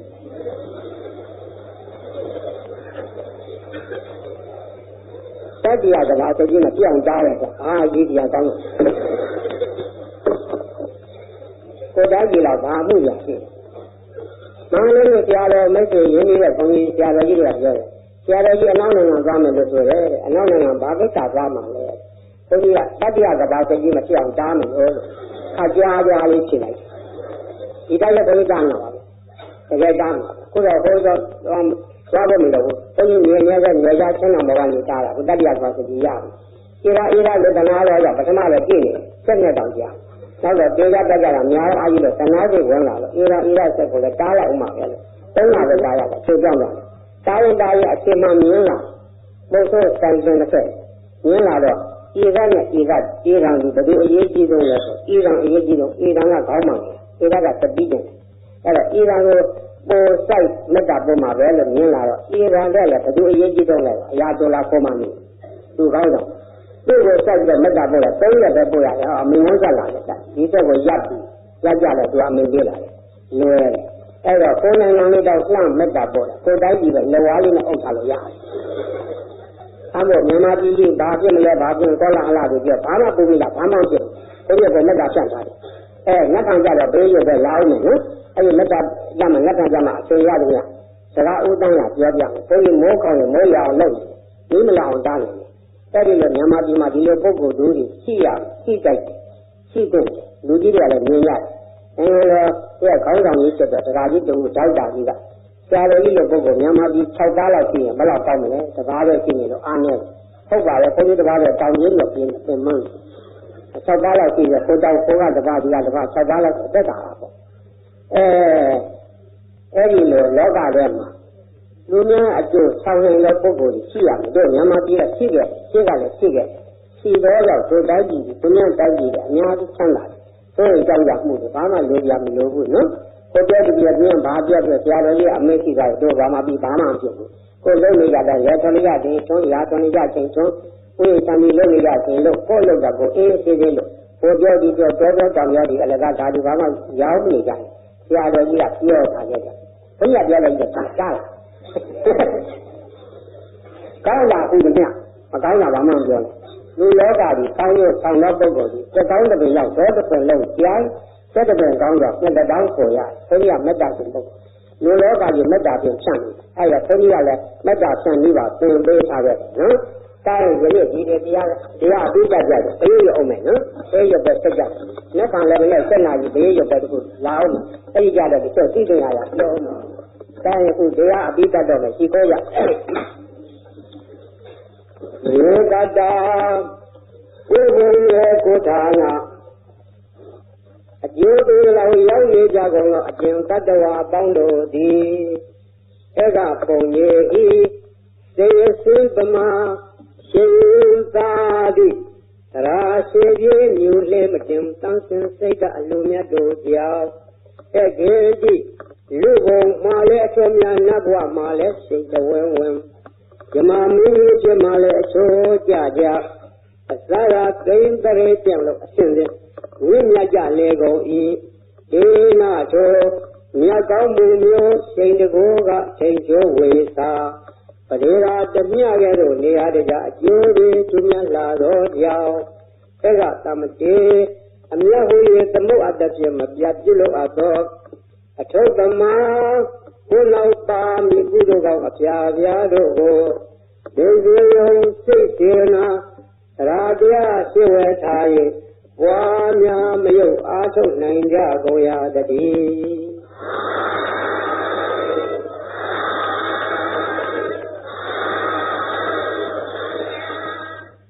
အားလုံးဘေးရန်ခတ်တဲ့အင်းကြီးကိုယ်စိတ်နဲ့ပြချမ်းသာကြပါစေ။ဆောင်းလို့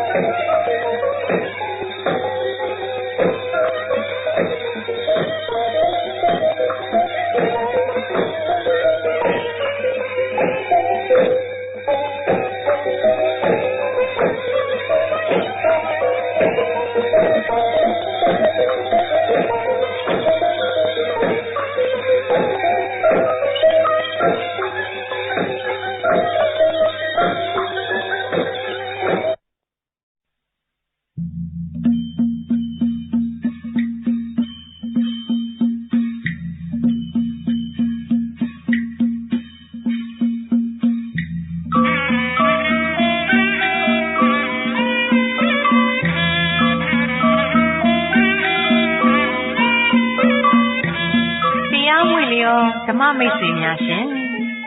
ဓမ္မကတိကအကျော်ဆရာတော်များရဲ့တရားတော်များဖြင့်ဗုဒ္ဓပူဇာဓမ္မပူဇာသံဃပူဇာတေးများနဲ့မိဘဆရာတော်တေးများကို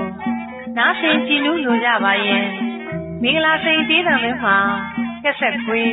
CD တက်ပြားများနဲ့ VCD တက်ပြားများကိုဝယ်ယူရရှိနိုင်ပါပြီရှင်ကြီးလင်းပြီးသားညီညွတ်မြတ်တာအတန်ကုန်တရက်လေးထားတဲ့မင်္ဂလာစိန်အတန်ကူးလုပ်ငန်းနဲ့ရောင်းဆိုင်ဒီနေရာ